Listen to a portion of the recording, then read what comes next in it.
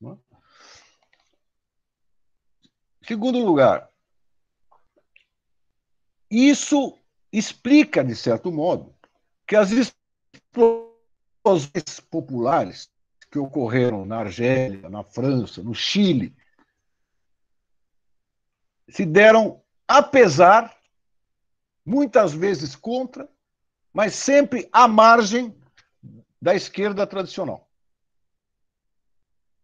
Uma pesquisa realizada no Chile revelou que, né, o cartaz do governo Pinheira era 6% na explosão popular de outubro.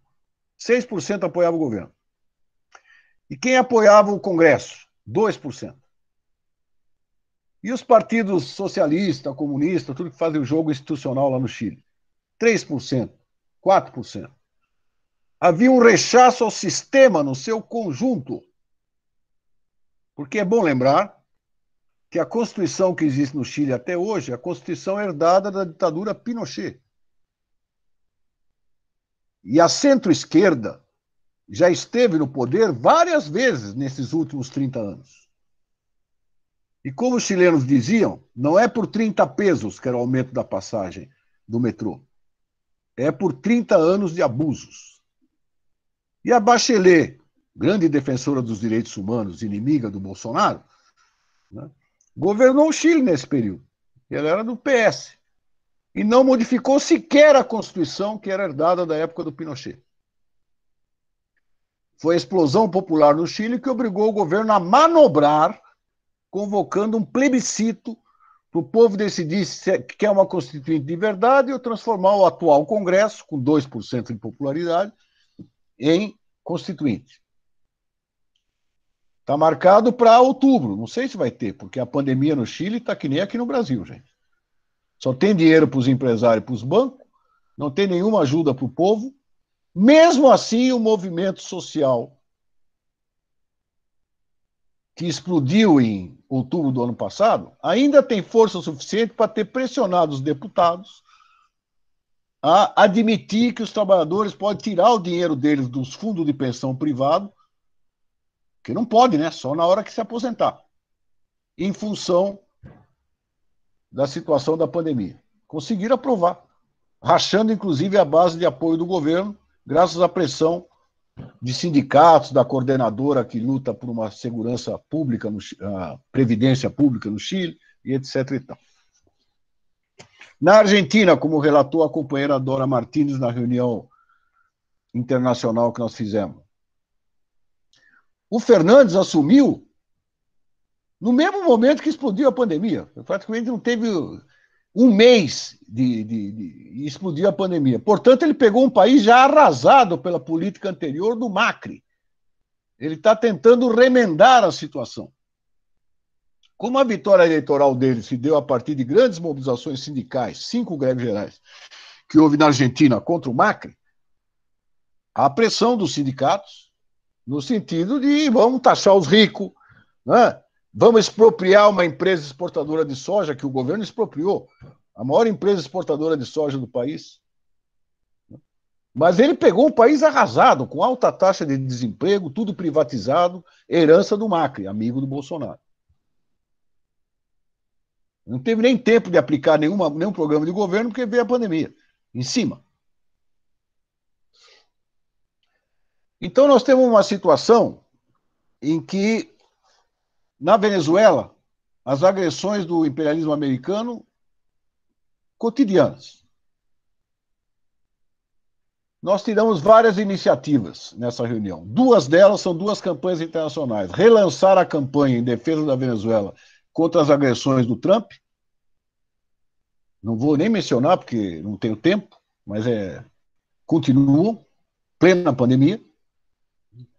E campanha de solidariedade aos trabalhadores e ao povo do Haiti, que está sofrendo horrores durante a pandemia. Um governo imposto pelos americanos, que, aliás, é bom dizer a verdade entre nós, grande erro da política externa do Lula, mandar tropas para o Haiti, porque todos os generais do Haiti estão agora no governo Bolsonaro. Tem 8 generais do Haiti no governo Bolsonaro. Então, o período Lula também não foi a oitava maravilha do mundo, gente. Foi crivado de contradições. Uma delas foi atender ao apelo do Bush para mandar tropas brasileiras para comandar a ocupação do Haiti. E o Haiti virou uma zona franca de empresa norte-americana, principalmente, mas o filho do Alencar, aquele vice do Lula, também tinha uma empresa na zona franca no Haiti. Eu fui 5 vezes ao Haiti durante a ocupação, levar solidariedade aos sindicalistas haitianos. Né? Conheço bem a situação do Haiti. E hoje, com a pandemia, gente, o governo não faz nada e os empresários atacam. Desde violar as operárias nas fábricas da Zona Franca, até todo tipo de assédio moral, salários de fome, e um país que não está ocupado militarmente, mas está sob comando direto dos Estados Unidos, que é quem patrocina o presidente lá, que é um tal de Jovenel Moïse. Além disso, os argentinos ficaram de mandar um projeto de campanha de taxação dos ricos, que eles estão desenvolvendo na Argentina, a CTA, Central dos Trabalhadores Argentinos. Os peruanos vão fazer uma jornada nacional de luta dia 23 de julho contra o governo de lá, que está pagando a dívida externa religiosamente e não tem recurso para atender a pandemia, né? E por aí vai. Então, uma situação, gente, que não é luta moral, não, é luta de classe. Eu entendo o que a companheira jovem quis dizer com luta moral, mas é luta de classe, no sentido que o Marx dá o termo, né? A luta de classe é o motor da história. O confronto de interesses entre as classes fundamentais. Os donos do capital e aqueles que sobrevivem vendendo sua força de trabalho. É esse conflito que move a humanidade. Né? Nesse conflito fundamental, claro, nós incluímos o combate a toda forma de opressão, racial, sexual, religiosa, qualquer tipo de opressão. Né? Mas o conflito fundamental é entre trabalho e capital. 10 minutos, Júlio. Esse conflito se desenvolve, gente. Nós estamos na defensiva. Mas no início da pandemia nós dizíamos, aquele processo que foi interrompido pela pandemia vai ressurgir a qualquer momento. E para nossa surpresa, ressurgiu onde a gente menos esperava. No país mais contaminado do mundo, com o maior número de mortes, com um presidente maluco, patife, canastrão, que nem o Bolsonaro, milhões saíram às ruas por causa de uma casualidade. Toda explosão social, e eu diria mais, toda revolução começa a partir de coisas episódicas. Porque um policial branco asfixiou um negro, coisa que acontece todo dia, toda hora, deve estar acontecendo nesse momento aqui no Brasil, em algum lugar, e nos Estados Unidos também. Mas a casualidade fez que alguém filmasse os 8 minutos de agonia do Floyd, e isso provocou uma explosão social. Milhões foram às ruas, e não só negros, jovens, brancos, latinos. E hoje é uma onda de greves nos Estados Unidos, em vários setores, por causa das condições precárias da volta ao trabalho em plena pandemia. Na França, o governo desconfinou todo mundo. Então, os bares e restaurantes estão lotados, mas está proibido manifestações com mais de 10 pessoas na rua, o que não impediu que 1 milhão de pessoas, há 15 dias atrás, ocupasse a Praça da República, em Paris, repercutindo um caso idêntico ao do Floyd, que a polícia francesa cometeu contra um militante chamado Amana, negro. Então as explosões sociais vão ocorrer, ninguém planeja em gabinete, gente. É a situação objetiva, a necessidade de sobrevivência física, a indignação acumulada durante os meses de confinamento, é que vai fazer que essas explosões ressurjam. E nós temos que estar preparados. Vai acontecer no Brasil também, ninguém sabe o dia e a hora. E nós temos que estar preparados para estar do lado da explosão social e não com medo dela, que é a postura de muito burocrata sindical e até de muito dirigente partidário, de ter medo das coisas que não controla. Ora, o medo das coisas que não controla é a manutenção do status quo. Né? Chegando ao Brasil, Eu também sou jurássico, como alguns que estão aqui. E como o Ferro lembrou, assim, o Bozo de hoje começou no Mensalão. E o Mensalão, vocês lembram, era o governo Lula, né, gente? Na época, o diálogo e ação petista ainda chamava diálogo petista. E por acaso eu vi no Facebook uma companheira do DAP de Brasília postou o ato que nós fizemos no Sindicato dos Engenheiros de São Paulo, no dia 20 de novembro de 2012, com a presença do Zé Dirceu e do Genuíno, lançando uma campanha nacional em defesa dos dois, porque o partido tinha abandonado. O Rui Falcão, que era o presidente do PT na época, falou página virada. O Lula, que era o presidente da República, falou fui apunhalado pelas costas. E o diálogo petista falou é um ataque ao partido. Temos que defender o Zé Dirceu e o Genuíno, apesar das enormes diferenças que nós tivemos com eles ao longo da história do PT, porque é um ataque ao partido. Era diálogo petista ainda, não era nem DAP, gente. Nós enfiamos a ação depois. Então, havia uma discussão louca no PT se a Dilma tinha sofrido o golpe por causa das nossas qualidades ou por causa dos nossos defeitos. A realidade é sempre concreta, gente, e é sempre contraditória, por causa das duas coisas. Porque quem é que deu o golpe na Dilma? O vice-presidente do PMDB. Quem é que controlava metade dos ministérios do governo Dilma? PMDB. Então, a política de alianças do PT facilitou o golpe. Aliás, quem dorme com o inimigo acorda em má situação de saúde, né, gente? E o Temer foi vice da Dilma. Não é verdade?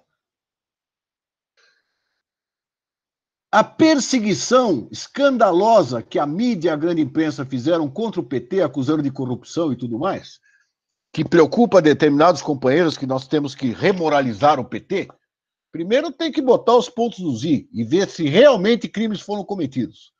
Porque no caso do Zé Dirceu, do Delúbio, do Vacari, do Genuíno, nenhum crime foi cometido. E o Lula, muito menos. Então houve uma farsa judicial, apoiada pela mídia, pelo imperialismo, pelo FBI, como hoje vem à tona, o Moro, associado ao FBI. Agora, quem cometeu patifaria tem que ser punido. Mas esse negócio que o PT está com a moral baixa, porque quando foi atacado pela primeira vez, não reagiu. Cansei de ouvir. A Dilma eles conseguiram tirar, mas quero ver quando mexer no Lula, esse país explode. Prender o Lula e o país não explodiu. E, infelizmente, a máquina petista, adaptada às instituições e ao calendário eleitoral, não tem nem um décimo da discussão que nós estamos fazendo nessa breve reunião do DAP hoje, gente. Só se discute quem vai ser candidato, quem vai ter recurso, quem não vai ter. E política que é bom, muitos diretórios estão completamente esvaziados da mesma. O que explica que nas cidades do interior, gente, na capital ainda tem mais visibilidade. Mas nas cidades do interior é o vale tudo na política eleitoral. Eu não duvido que tem petista aí aliado com DEM, com bolsonaristas. O cachimbo deixou a boca torta, infelizmente. Não aprenderam nem com a nossa própria história. Que o PT esteve a ponto de ser destruído. A militância do PT que segurou o PT. E todo o sistema político brasileiro foi abalado pela situação da Lava Jato e o caralho a quatro. Sobrou para a burguesia brasileira pescar no esgoto da ditadura o Bolsonaro. E só quem conseguiu ir para o segundo turno contra o Bolsonaro foi aquele que não deveria mais existir, o PT. Então é nessa situação que nós estamos, gente. Então nós temos que resgatar as melhores tradições do partido e fazê-las valer. Lula, vai concluindo, Júlio. Mais 3 minutos. Então, por que o PT não tem uma rede social mais ativa? Eu acho que tem que ter, mas não sejamos ingênuos. O controle das mídias pela direita é empresarial, gente. É o cara que elegeu o Trump. Os caras não estão de brincadeira, não é um militante fazendo farrinha na internet. É robô, é tudo cientificamente planejado. Nós não temos condição de competir em pé de igualdade com a direita, né, nesse terreno virtual. Porque para eles isso é um negócio. Um negócio que eles querem entender para a educação. Um tema bom para debate no DAP é a volta às aulas e a EAD, o ensino à distância. Deviam fazer um debate focado nisso. Sabe por quê? Porque envolve essa multidão de gente que o companheiro de Pernambuco falou. Eles querem voltar às aulas de qualquer jeito, e a posição dos sindicatos tem que ser nenhuma volta à aula sem todas as condições sanitárias garantidas. Né? Mas eles querem ganhar dinheiro com isso, com o ensino híbrido. E trocar a educação presencial por cada vez mais plataforma que nem essa que nós estamos usando, que é controlada pelas multinacionais. Isso dá um enorme negócio. Os companheiros do México, nessa reunião latino-americana, denunciaram o mesmo processo no México. Querem trocar a aula presencial por educação virtual para ganhar dinheiro. Para Google, para essas plataformas que nós estamos usando, Meet e Google. Isso é um negócio trilhardário para o capitalismo mundial. Né? Então nós temos que ser firmes e exigir que os sindicatos participem de qualquer discussão sobre a volta às aulas, exigindo todas as condições sanitárias possíveis e imaginárias. O ano letivo 2020 já foi para o beleléu, gente. Não tem mais condições de ter ano letivo esse ano. Outras questões foram levantadas, mas o tempo é curto. Eu não vou poder abordar todas elas, mas eu acho que é necessário fazer um último comentário. Rapidinho. Nós temos o azar de ter um presidente negacionista. Logo, o isolamento social virou uma espécie de bandeira da esquerda no Brasil. Ninguém é louco de sair na rua em plena pandemia sem nenhum cuidado. Mas achar que ser de esquerda é ficar em casa confinado, pelo amor de Deus. E essa ideologia, essa espécie de ideologia, ela permeia as organizações, gente. O presidente da CUT sacou a primeira vez que ele é mais novo que eu, não é grupo de risco, tem 50 anos de idade, o Sérgio Nobre. Primeira vez que ele saiu na rua, desde que começou a pandemia, foi no dia 8 de julho, para, junto com os pelegos de outras 5 centrais, entregar um plano de relançamento da economia para o Guedes. Isso quando a CUT decidiu em congresso que a linha dela é fora o governo Bolsonaro. O governo, não só o presidente. Nós vamos dar conselho para o Guedes? Foi a primeira vez que ele saiu na rua. Além, né, de ter assinado um manifesto Brasil pela democracia que não fala nada do governo Bolsonaro, só defende o Estado democrático de direito. Como se as massas no Brasil fossem sair na rua para defender o Congresso e o STF, né, gente? Então, nós estamos numa situação em que é necessário centrar fogo no governo para combater a pandemia, a destruição dos direitos, a esculhambação da saúde e da educação, e para ter a possibilidade de construir um Brasil melhor. E é nessa luta que o DAP tem que se engajar. Peço desculpas se não respondi a alguma questão particular, procurei uma abordagem mais geral, mas achei a discussão excelente e todos os companheiros estão de parabéns. Um abraço a todos e todas. Bom, a gente conseguiu segurar agora trancos e barrancos, porque nós estamos no limite do tempo estourando, a nossa plenária. Eu quero agradecer em nome da coordenação estadual do DAP de Pernambuco e também em nome dos companheiros do DAP de João Pessoa, através de Fernando, né, que teve todo um esforço para trazer companheiros do DAP de lá e convidados para a gente fazer esse debate junto. Sempre é limitado pelo tempo, a plataforma não é, entendeu, livre à nossa vontade e, evidentemente, a discussão foi muito rica. A gente gravou algumas partes do debate, não conseguimos gravar tudo, vamos reproduzir, tentar ver como dar consequência